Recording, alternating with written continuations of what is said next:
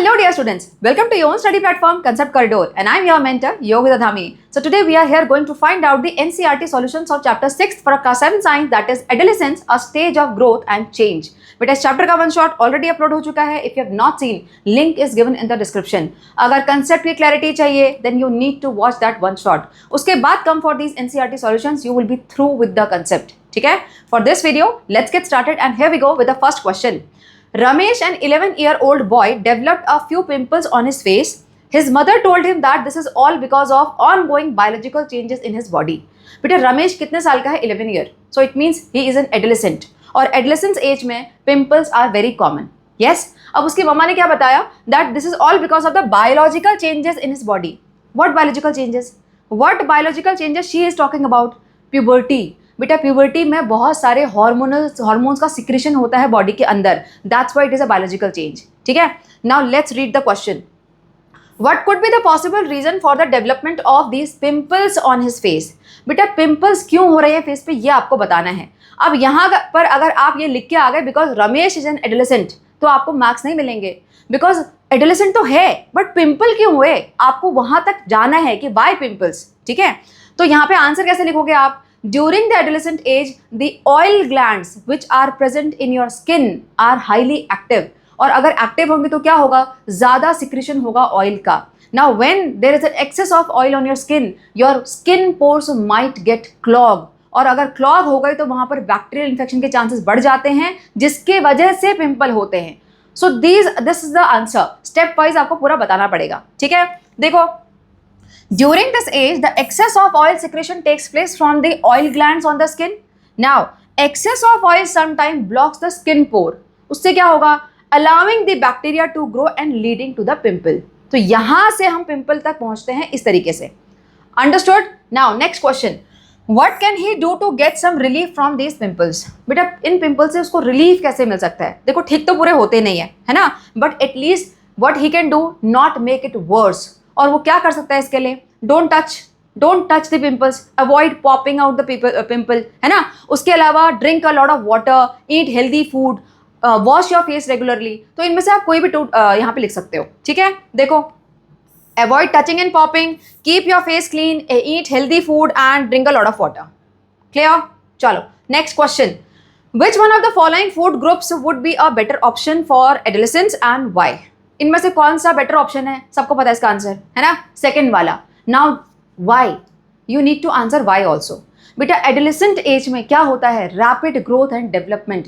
Now to meet that rapid growth you need to take the healthy and balance diet. That's why it is required, है ना. Junk food से आपको nutrient नहीं मिलते हैं. देखो, second one is the better option for the adolescents because adolescents are growing rapidly, so they need extra energy and extra nutrients which can be available only with the balanced and healthy diet. That's why. ठीक है. इतना answer काफी होगा 2 marks के question के लिए. Clear? चलो moving ahead. Next third one. Unscramble the underlined word in the following sentence. Okay, some jumbled words are there. You have to write the proper spelling. चलो.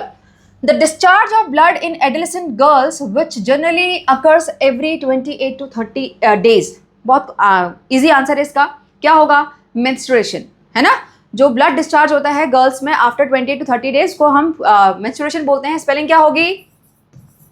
मेंस्ट्रुएशन. दिस इज देख लेना, यही है spelling. ठीक है. Next. The hoarseness in the voice of adolescent boy is due to enlarged. जो voice की ऐसी क्रैक्ड सी वॉइस हो जाती है या फिर भारी सी आवाज़ हो जाती है, वो क्यों होती है? Because of the enlarge voice box, है ना. और जब वो बम्प बाहर दिखाई देता है नेक में तो उसे क्या बोलते हैं? Adam's apple. ये भी पता होना चाहिए. यहाँ पर क्या होगा? ये वॉइस बॉक्स ही है ना. Voice box. Done. Next question.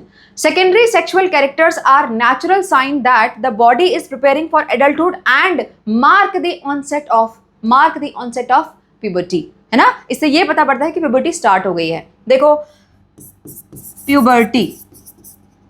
So if you will unjumbled you will get puberty here. ठीक है. We should say no to dash and dash as they are addictive.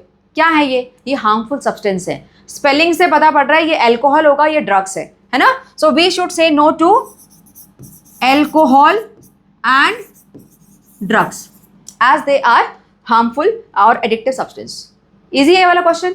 Next, fourth one.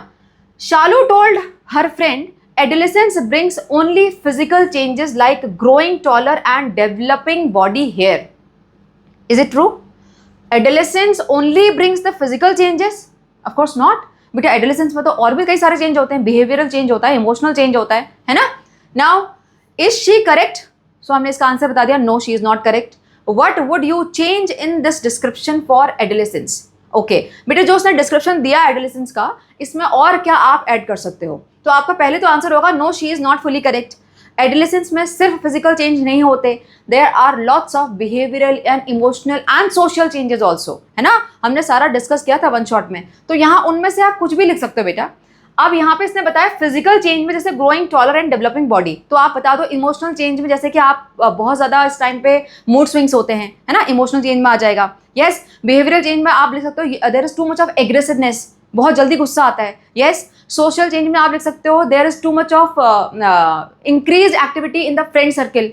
Yes, peer में आप ज़्यादा रहना चाहते हो. So these all you can write down here. देखो, no, Shalu is not fully correct. Adolescence does not bring only physical changes. There are other changes like emotional change. Emotional change में क्या लिखा हुआ है? मूड स्विंग है, attraction towards opposite gender, need for independence. आप इनमें से कुछ भी लिख सकते हो. Next is mental changes like developing opinion, curiosity, है ना, आपके अपने ओपिनियन बनने शुरू हो गए हैं अभी. आप एकदम से दूसरों की बात नहीं मानते हो, अपने पॉइंट को वैलिडेट पहले करते हो, है ना, और आप बहुत ज़्यादा क्यूरियस हो गए हो आजकल. Next, social change, developing self identity, you want to prove yourself, है ना, तो सेल्फ आइडेंटिटी, फ्रेंड सर्कल में आप ज़्यादा एक्टिव हो गए हो. सो दीज ऑल इजी है. चलो next one. During a discussion in the class some of the students raised following points.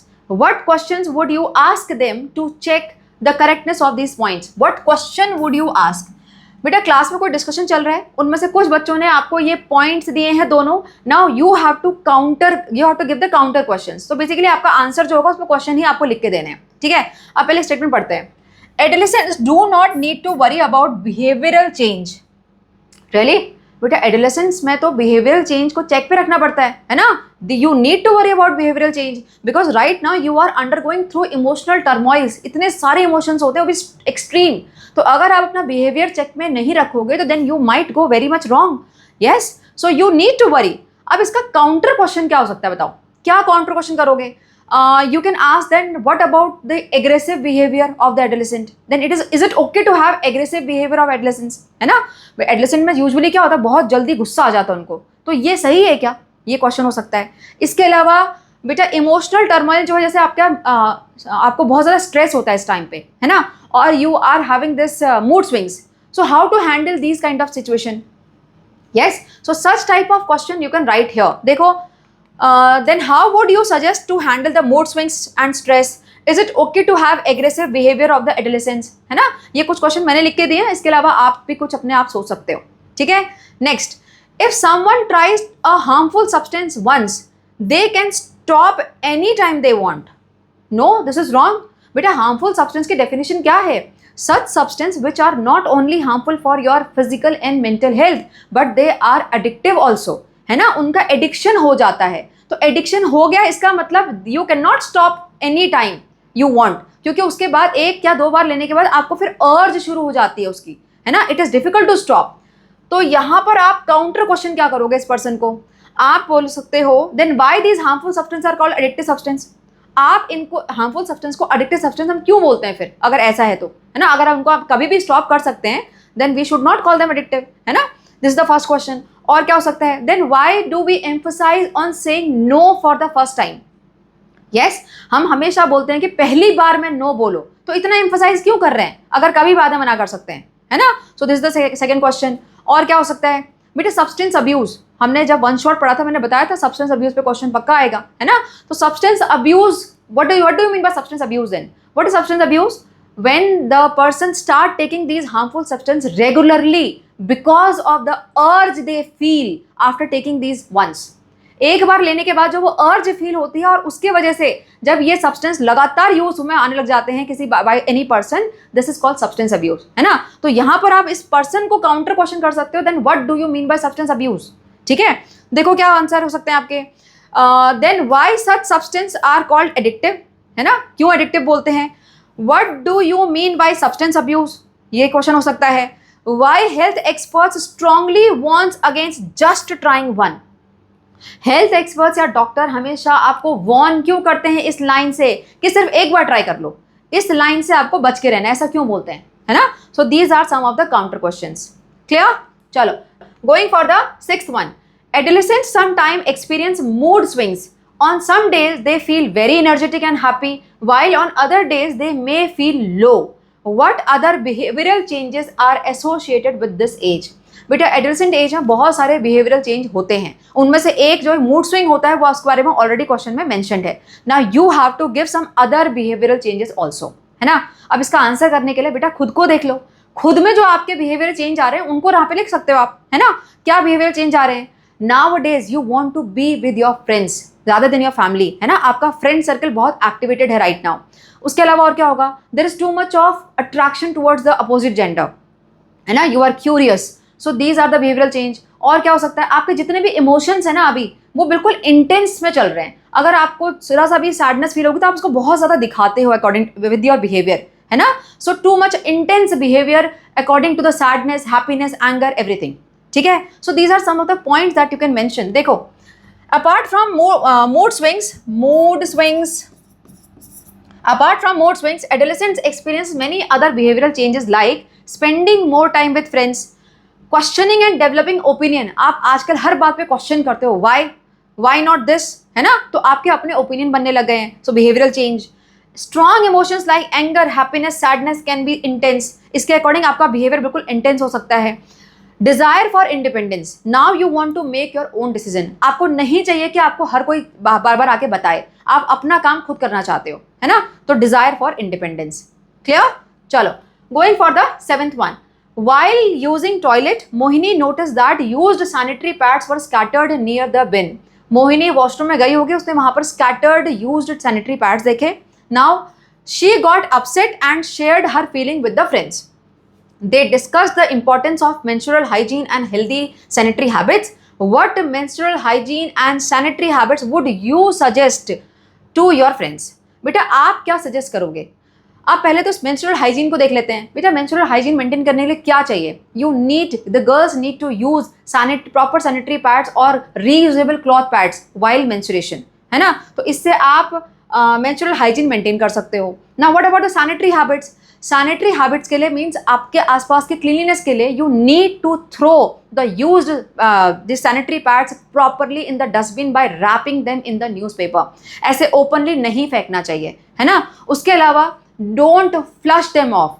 Some girls try to flush them off. उससे होता क्या है, उल्टा टॉयलेट ब्लॉक हो जाता है, तो उससे फिर ऑब्वियसली वहां पे क्लीननेस नहीं मेंटेन होगी. ठीक है, देखो, use sanitary pads during the menstruation for personal hygiene. Wrap the used pads properly in the paper before throwing them in the dustbin. Dustbin में थ्रो करने से पहले प्रॉपरली उनको पेपर में रैप करो, उसके बाद फेंको. Dispose sanitary waste responsibly. Never flush the pad in the toilet.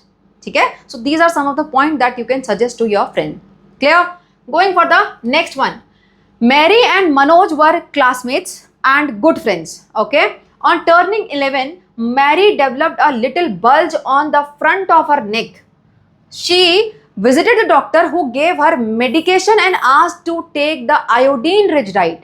बेटा iodine-rich diet डॉक्टर ने प्रिस्क्राइब करी है. इसका मतलब मैरी के नेक में क्या हो गया है? गॉइटर, है ना? जो नेक में बल्ज होता है आयोडीन की डेफिशिएंसी की वजह से उसको गॉइटर बोलते हैं, और इसी वजह से डॉक्टर ने उसको आयोडीन रिच डाइट खाने के लिए बोला है ना? ये क्वेश्चन समझ में आ रहा है? और देखते हैं. Similarly, a bump was developed on the front of Manoj's neck when he turned 12. However, the doctor told him that it was the part of growing up. According to you, what could be the possible reason for advising Mary and Manoj differently?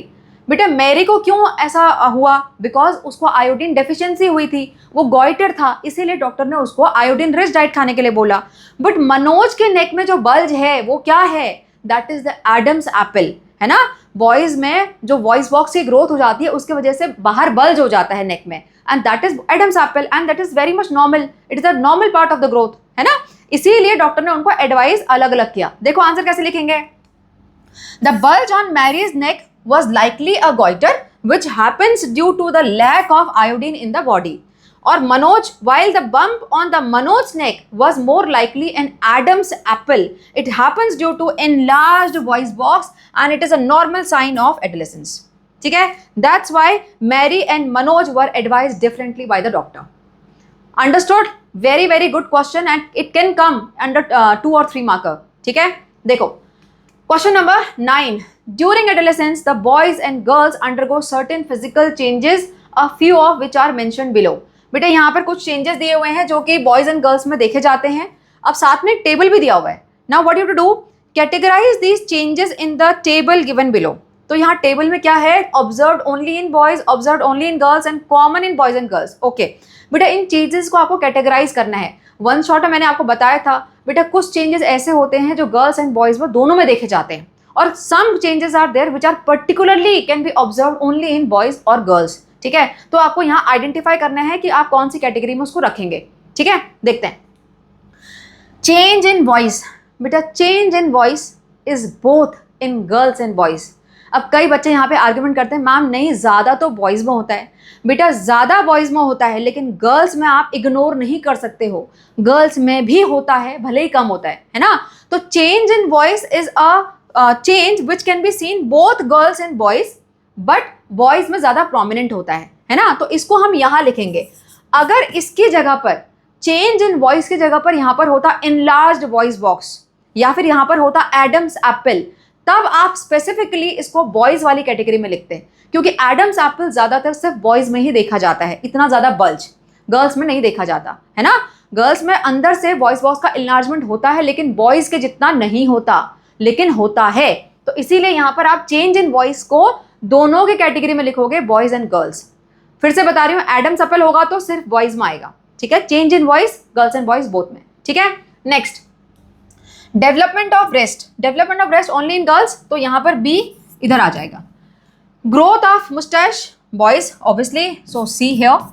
Growth of facial hair boys specially, so again D here only in boys. Pimples on the face both girls and boys, है ना, किसी को भी हो सकता है, सो ई वाला ई आपका यहाँ पर आएगा. Next growth of hair in the pubic region both girls and boys, है ना, सो यहाँ पर आपका एफ इधर आ गया. Next growth of hair in armpits, again girls and boys both, so यहाँ पर जी भी इधर ही आएगा. ठीक है, so this the answer. Am I clear? Next one, prepare a poster mentioning the tips for adolescents to live a healthy lifestyle. बेटा poster बनाना है, ये बहुत ही इंडिविजुअल टाइप क्वेश्चन है ना. जो ज़्यादा क्रिएटिव होंगे इतना कलरफुल सा बिल्कुल डायग्राम के साथ पोस्टर बना सकते हैं. जो ज़्यादा क्रिएटिव नहीं होंगे they can write down the points also, है ना. अब पॉइंट्स क्या लिखना है पहले वो समझ लेते हैं. आपको हेल्दी लाइफस्टाइल पे बनाना है, तो हेल्दी लाइफस्टाइल पे क्या पढ़ा था हमने, हेल्दी फूड हैबिट्स, है ना, बैलेंस डाइट वाला था. उसके अलावा और क्या था, personal hygiene, say no to the harmful substance, और क्या था, physical exercise, maintain proper social life. So these were some of the good habits और healthy habits we have studied under this category, है ना. तो यहाँ पे मैंने एक बना के दिया हुआ है आपको, इस तरह से कुछ बना सकते हो आप, है ना. यहाँ पर फर्स्ट हमने डाइट के बारे में बता दिया, stay physically active, maintain social balance life, then say no to harmful substance and maintain personal hygiene, है ना. So these are the tips for adolescents. तो इस टाइप से कुछ पोस्टर आप बना सकते हो. क्लियर? चलो, with this we are done with this all NCERT solutions. I hope you were able to understand and comprehend each and every answer. इसके अलावा भी बेटा अगर ऐसा कोई क्वेश्चन है जो आपको नहीं समझ में आ रहा है, comment, I will revert back there. Soon we will meet for the important question series for your Haveli examination. Till then, take care and bye bye.